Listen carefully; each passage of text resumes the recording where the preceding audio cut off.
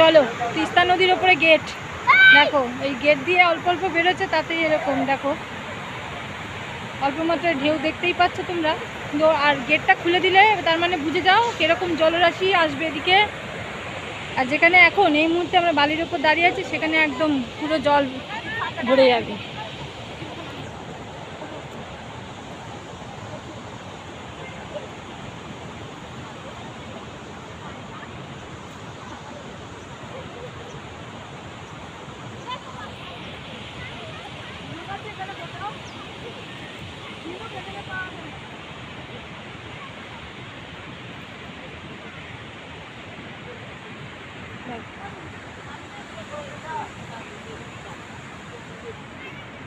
এই জায়গাটা পুরো এখন দীঘার বিচের মতো লাগছে, সাদা বালি,